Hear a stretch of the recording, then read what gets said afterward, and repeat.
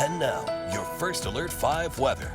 And what a difference a couple of days can make. Think back to Friday, the end of last week. We had that dense layer of overcast sitting at about 7,500 feet. Above that, there was sunshine up at Woodland Park, but below it, temperatures were only in the low 50s. Today, temperatures about 20 to 30 degrees warmer than last Friday, up to 80 in Pueblo after a low down to 37, 74 the afternoon high in Colorado Springs. Seeing some thinning of the cloud cover we noticed earlier today, and they were just fair weather clouds as most of the rain did stay off across the west out into the mountain areas. Right now it's 67 degrees here in Colorado Springs and still in the mid 70s at the 6 o'clock hour into Pueblo. Now we are tracking some changes courtesy of this area of low pressure. I think I remember talking about this for the first time back on last Monday or Tuesday, and the models back then sort of flip-flopping on where that low would go. Now there's better model agreement that the low is going to stay pretty far east of us. We'll only get the tail end of this cold front that'll move through the area tomorrow evening. That'll bring us some gusty winds, but the colder air expected to stay way off to our east. We will see some cooler temperatures.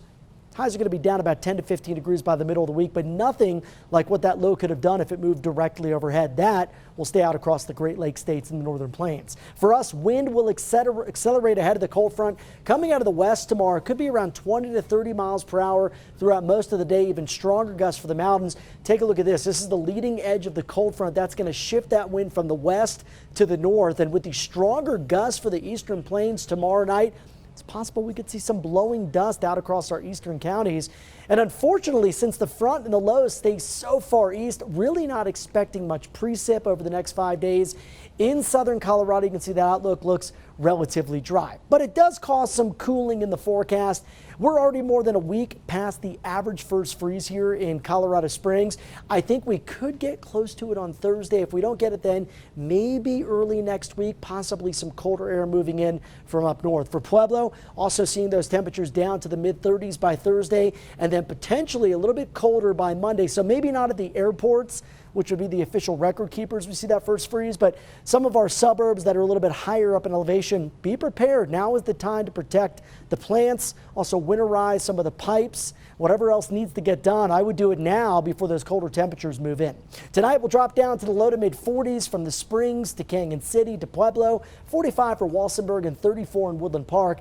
Highs tomorrow, they will be warmest ahead of the storm. So before that cold front gets here, it's that dry downslope component that really causes those temperatures to rise. 76 with gusty conditions throughout the day in Colorado Springs.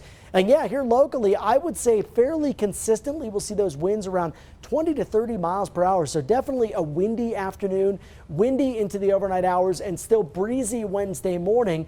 Then we get a secondary cool front Wednesday night. That'll bring us some nice and mild mid 60s Thursday before temperatures rise back up to the 70s Friday and Saturday. For Pueblo, a bit of a roller coaster ride temperature wise. We're warmest on Tuesday, then down to the 70s from Wednesday through the weekend. Could see some cooler air associated with our next storm system by next week. That's a long way out. Before we get there, we've got gusty winds for Canyon City on Tuesday and Wednesday.